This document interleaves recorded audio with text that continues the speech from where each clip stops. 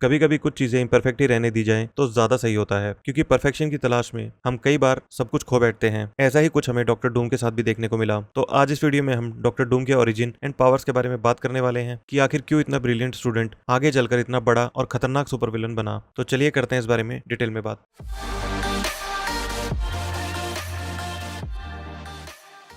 Victor von Doom का जन्म एक फिक्शनल कंट्री लैटवेरिया में हुआ, जो ईस्टर्न यूरोप में लोकेटेड था, और यहाँ एक क्रूअल रूलर बैरन व्लादिमीर रूल करता था। विक्टर रोमानी क्लैन से था। उसकी माँ सिंथिया वॉन डूम एक पावरफुल सॉर्सरस थी। सिंथिया अपने लोगों पे हो रहे इनजस्टिस से काफी परेशान थी, इसलिए बैरन और उसके आदमियों से बदला लेने के लिए सिंथिया मेफिस्टो से एक डील करती है और अपनी सोल के बदले मेफिस्टो से पावर्स मांग लेती है। उन्हीं पावर्स के साथ सिंथिया व्लादिमीर के लोगों को मारना शुरू कर देती है, लेकिन उसे ये नहीं पता था कि मेफिस्टो ने उसे सिर्फ बदला लेने की ताकत दी थी, जिसे वो कंट्रोल नहीं कर पाई थी। उसके जादू ने सिर्फ दुश्मन नहीं बल्कि गांव के सारे बच्चों को भी मार दिया था, जैसे मेफिस्टो ने प्लान किया था। जो कुछ हुआ उससे सिंथिया काफी डर गई और उसने तुरंत अपनी सारी पावर्स ठुकरा दी। लेकिन एक मरता हुआ सिपाही उसे तलवार मार देता है, लेकिन वो फिर भी किसी तरह बचते बचाते जंगल पहुंच जाती है और वहीं अपने पति के हाथों में दम तोड़ देती है। लेकिन मरने से पहले वो अपने पति वर्नर से ये कसम लेती है कि वो विक्टर को कभी उसके डार्क मैजिक के बारे में नहीं बताएगा, ताकि विक्टर उसकी जैसी गलती ना करे। उसकी मौत के बाद सिंथिया की आत्मा मेफिस्टो के रियल में कई डेकेड्स तक फंसी रहती है और टॉर्चर सहती है। यही बात विक्टर के डॉक्टर डूम बनने की कहानी का एक इमोशनल कोर है, और उसके लिए साइंस और मैजिक सिर्फ एक ही चीज के लिए थी, अपनी माँ की सोल को मेफिस्टो के रियल्म से फ्री कराना।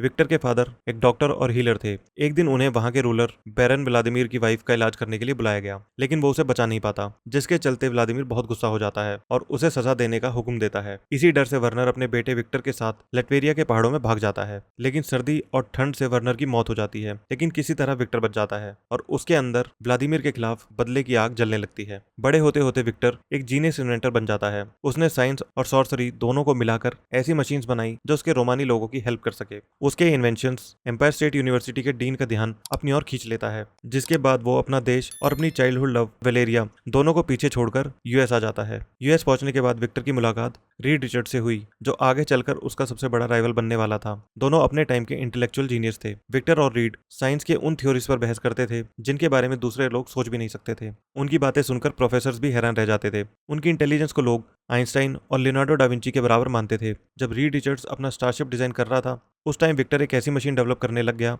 जो किसी भी बीइंग का एस्ट्रल फॉर्म दूसरे डायमेंशन में प्रोजेक्ट कर सके, क्योंकि उसे ऐसा लगता था कि शायद इसकी वजह से वो अपनी मरी हुई माँ की सोल को मेफिस्टो के कब्जे से फ्री करा सकता है और उससे बात कर सकता है। रीड ने डूम के कैलकुलेशंस में एक फ्लॉ पॉइंट आउट किया, लेकिन डूम अपनी एरोगेंस में उसकी वार्निंग्स को इग्नोर कर देता है और इसके चलते एक कैटास्ट्रोफिक एक्सप्लोजन होता है और उसकी आंख के नीचे एक निशान पड़ जाता है। लेकिन उसकी मैसिव ईगो और परफेक्शन को पाने के चलते उसे वो छोटा सा निशान भी भयानक डिस्फिगरमेंट लगने लगता है। उसके हिसाब से वो बस एक निशान नहीं था, वो उसके परफेक्ट चेहरे पर लगा दाग था। इसके बाद विक्टर को अनएथिकल एक्सपेरिमेंट्स करने के लिए यूनिवर्सिटी से निकाल दिया जाता है। उस दिन के बाद से वो अपनी नाकामी और अपने चेहरा खराब होने का ब्लेम रीड रिचर्ड्स को देता है। लैटवेरिया छोड़कर विक्टर दुनिया भर में भटकता है और एक दिन वो तिब्बत के पहाड़ों में बेहोश होकर गिर पड़ता है और वहां के कुछ मॉन्क्स उसकी जान बचा लेते हैं। उनके साथ रहते हुए विक्टर ने उनके डिसिप्लिन और टेक्निक सीखी। वो मॉन्क्स उसके लिए एक आर्मर और मास्क बनाते हैं, पर विक्टर मास्क को पहनने के लिए इतना बेचैन था कि वो उसे तभी अपने फेस पे लगा लेता है जब वो मास्क एकदम गर्म था, जिससे वो उसके चेहरे से चिपक जाता है और उसका फेस और भी ज्यादा खराब हो जाता है। तो विक्टर की ईगो के चलते उसने अपना ऐसा हल किया और एक छोटी सी इम्परफेक्शन को छिपाने के लिए वो अपना पूरा चेहरा खराब कर लेता है। इसी के बाद विक्टर वॉन डूम हमेशा के लिए डॉक्टर डूम बन जाता है।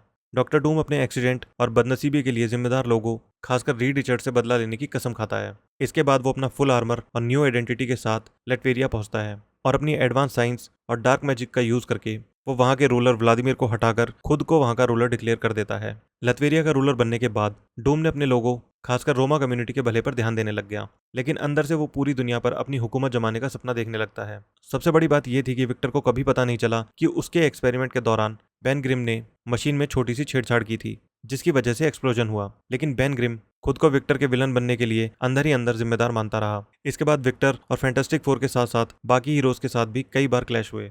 अब बात करते हैं कि डॉक्टर डूम से वो गॉड एम्परर डूम कैसे बना। जब इनकर्जन्स के चलते हर एक यूनिवर्स एक दूसरे से टकराकर खत्म हो रही थी, पहले तो सबको लगा कि ये कॉस्मिक ग्लिच है, लेकिन बाद में पता चला कि इसके पीछे द बियॉन्डर्स हैं, कुछ ऐसी डिवाइन कॉस्मिक बीइंग्स जो मल्टीवर्स से बाहर रहते हैं। उनका प्लान था पूरी रियलिटी यानी पूरे मल्टीवर्स को डिस्ट्रॉय कर देना, ताकि क्रिएशन खत्म हो जाए और सिर्फ उनकी पावर ही बचे। डॉक्टर डूम डॉक्टर स्ट्रेंज और मॉलिक्यूल मैन के साथ बियॉन्डर्स के रियल में पहुंचता है।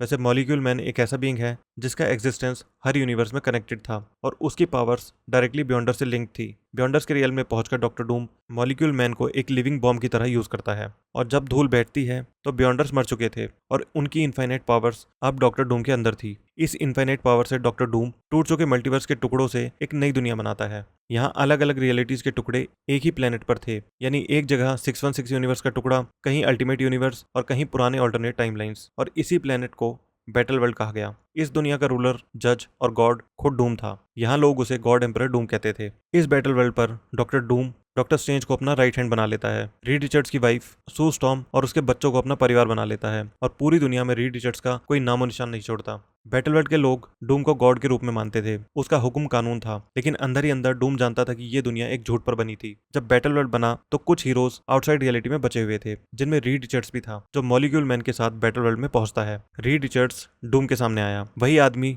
जिसे डूम अपनी जिंदगी भर कंपटीशन और नफरत के रूप में देखता था, लेकिन इस बार उनके बीच एक गॉड और आदमी का नहीं बल्कि एक इंटेलेक्चुअल टकराव हुआ। रीड ने डूम से कहा, तुमने दुनिया बनाई लेकिन तुमने उसे अपने ईगो से भरा, तुमने सब कुछ कंट्रोल किया लेकिन किसी को जीने नहीं दिया। इसी दौरान मॉलिक्यूल मैन ने उनके दिलों में झांककर सच को देखा और उसे पता चला कि डॉक्टर डूम सिर्फ दुनिया को बचाना चाहता था, और तभी पहली बार डूम खुद मानता है कि रीड रिचर्ड्स उससे बेहतर कर सकता था। उसी मोमेंट पे मॉलिक्यूल मैन ने डॉक्टर डूम के अंदर से बियॉन्डर्स की पावर्स निकालकर रीड रिचर्ड्स को दे दी। रीड ने उस पावर से मल्टीवर्स को फिर से रिबिल्ड किया, नए यूनिवर्स, नए हीरोज और नई शुरुआत के साथ, और डूम वो अपनी गॉडहुड खोकर एक आम इंसान बन गया। तो ये थी विक्टर के डॉक्टर डूम से लेकर गॉड एम्परर डूम बनने की कहानी, और इस वीडियो को यहीं समाप्त करते हैं। मिलते हैं नेक्स्ट वीडियो में। Thank you.